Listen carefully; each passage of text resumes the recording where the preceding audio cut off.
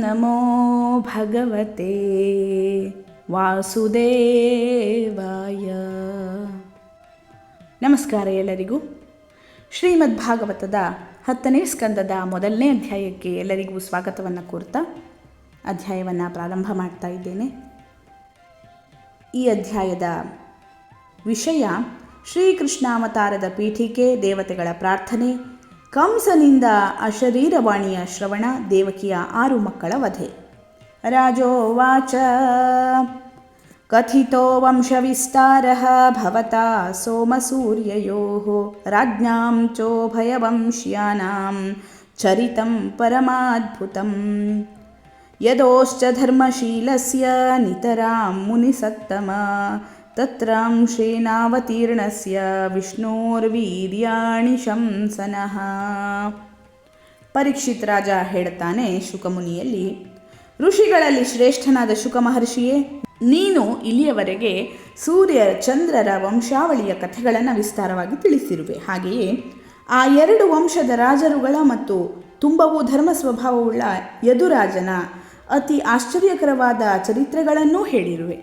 ಇನ್ನು ಆ ಯದುವಿನ ವಂಶದಲ್ಲಿ ಅಂಶಾವತಾರನಾಗಿ ಜನಿಸಿದ ಶ್ರೀ ಮಹಾವಿಷ್ಣುವಾದಂತಹ ಶ್ರೀಕೃಷ್ಣನ ಅತ್ಯದ್ಭುತ ಲೀಲಾ ವಿಶೇಷಗಳನ್ನು ನಮಗೆ ಹೇಳಬೇಕು ಅಂತ ಕೇಳ್ತಾನೆ.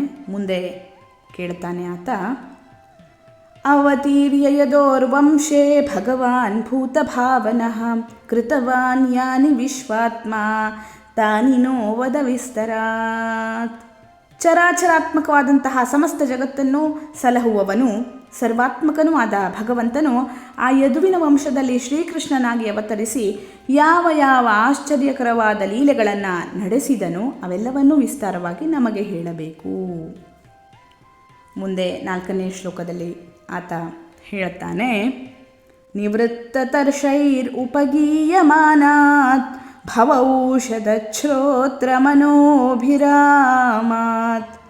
ಕೌತ್ತಮ ಶ್ಲೋಕ ಗುಣಾನುವಾದಾತ್ ಪುಮಾನ್ ವಿರಜ್ಯೇತ ವಿನಾ ಪಶುಘ್ನಾತ್.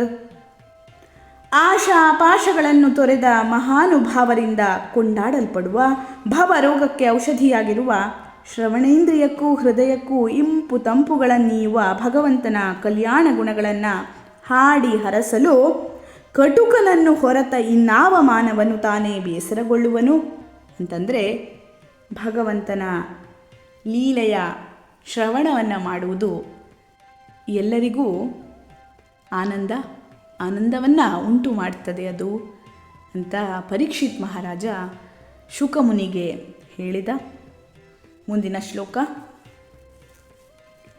ಪಿತಾಮಹಾ ಮೇ ಸಮರೇ ಮರಂಜಯೈಃ ದೇವವೃತಾದ್ಯಾತಿರಥೈಸ್ತಿಮಿಂಗಿಲೈಃ ದುರತ್ಯಯಂ ಕೌರವ ಸೈನ್ಯಸಾಗರಂ ಕೃತ್ವಾ ತರನ್ವತ್ಸಪದಂ ಸ್ಮಯತ್ಪ್ಲವಾಃ ದ್ರೌಣ್ಯಸ್ತ್ರವಿಪ್ಲುಷ್ಟಮಿದಂ ಮದಂಗಂ ಸಂತಾನಬೀಜಂ ಕುರು ಪಾಂಡವಾನಾಂ ಜುಗೋಪಕುಕ್ಷಿಂ ಗತ ಆತ್ತಚಕ್ರಃ ಮಾತುಶ್ಚ ಮೇಯಃ ಶರಣಂ ಗತಾಯಾಃ. 7ನೇ ಶ್ಲೋಕ, ವೀರ್ಯಾಣಿ ತಸ್ಯಾಖಿಲ ದೇಹ ಭಾಜಾಂ ಅಂತರ್ಬಹಿಃ ಪೂರುಷಕಾಲರೂಪೈಃ ಪ್ರಯಚ್ಛತೋ ಮೃತ್ಯುಮುತಾಮೃತಂ ಚ ಮಾಯಾ ಮನುಷ್ಯಸ್ಯ ವದಸ್ವ ವಿದ್ವನ್.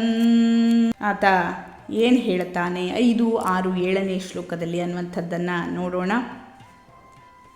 ತತ್ವಾರ್ಥವನ್ನರಿತ ಶುಕ ಮಹರ್ಷಿಯೇ, ನನ್ನ ತಾತಂದಿರಾದ ಪಾಂಡವರು ಯಾವ ಶ್ರೀಕೃಷ್ಣನೆಂಬ ಹಡಗಿನ ಸಹಾಯದಿಂದ ಯುದ್ಧದಲ್ಲಿ ದೇವತೆಗಳನ್ನೂ ಜಯಿಸಬಲ್ಲ ಭೀಷ್ಮ ಮೊದಲಾದ ಅತಿರಥ ಮಹಾರಥರೆಂಬ ತಿಮಿಂಗಿಲಗಳಿಂದ ತುಂಬಿ ದಾಟಲ ಸಾಧ್ಯವಾದ ಕೌರವ ಸೈನ್ಯವೆಂಬ ಸಾಗರವನ್ನು ಒಂದು ಕರುವಿನ ಹೆಜ್ಜೆಯನ್ನು ದಾಟುವಂತೆ ಮಾಡಿಕೊಂಡು ದಾಟಿಬಿಟ್ಟರೋ, ಯಾವ ಶ್ರೀಹರಿಯು ಶರಣಾಗತಳಾದ ನನ್ನ ತಾಯಿಯ ಗರ್ಭದ ಅಂತಃಪ್ರವಿಷ್ಟನಾಗಿ ಚಕ್ರಾಯುಧವನ್ನು ಧರಿಸಿ ಅಶ್ವತ್ಥಾಮನು ಪ್ರಯೋಗಿಸಿದ ಪಾಂಡವಾಸ್ತ್ರದಿಂದ ಸುಟ್ಟು ಭಸ್ಮವಾಗುತ್ತಿದ್ದ ಕೌರವ ಪಾಂಡವ ವಂಶಗಳ ಬೀಜಭೂತವಾಗಿದ್ದ ಈ ನನ್ನ ಶರೀರವನ್ನು ಕಾಪಾಡಿದನೋ, ಎಲ್ಲ ಜೀವರಾಶಿಗಳ ಒಳಗೂ ಹೊರಗೂ ಅಂತರ್ಯಾಮಿಯಾಗಿ ಪರಮ ಪುರುಷ ರೂಪದಿಂದಲೂ ಕಾಲರೂಪದಿಂದಲೂ ವ್ಯಾಪಿಸಿಕೊಂಡು ಸುಖ ದುಃಖಮಯವಾದ ಸಂಸಾರವೆಂಬ ಮೃತ್ಯುವನ್ನು ಆನಂದಮಯವಾದ ಮುಕ್ತಿ ಎನಿಸಿದ ಅಮೃತವನ್ನು ದಯಪಾಲಿಸುವವನಾದ ಲೀಲಾಮಾನುಷ ವಿಗ್ರಹನಾಗಿ ಅವತರಿಸಿದ ಶ್ರೀಕೃಷ್ಣನ ಪರಾಕ್ರಮಗಳನ್ನು ಹೇಳಬೇಕು ಅಂತ ಈ ಶ್ಲೋಕಗಳಲ್ಲಿ ಪರೀಕ್ಷಿತ್ ಮಹಾರಾಜ ಶುಕಮುನಿಯನ್ನು ಕೇಳಿದ. ಮುಂದಿನ ಶ್ಲೋಕಗಳನ್ನು ಮುಂದಿನ ವಿಡಿಯೋದಲ್ಲಿ ನೋಡೋಣ. ಧನ್ಯವಾದಗಳು. ಲೋಕಾಃ ಸಮಸ್ತಾಃ ಸುಖಿನೋ ಭವಂತು.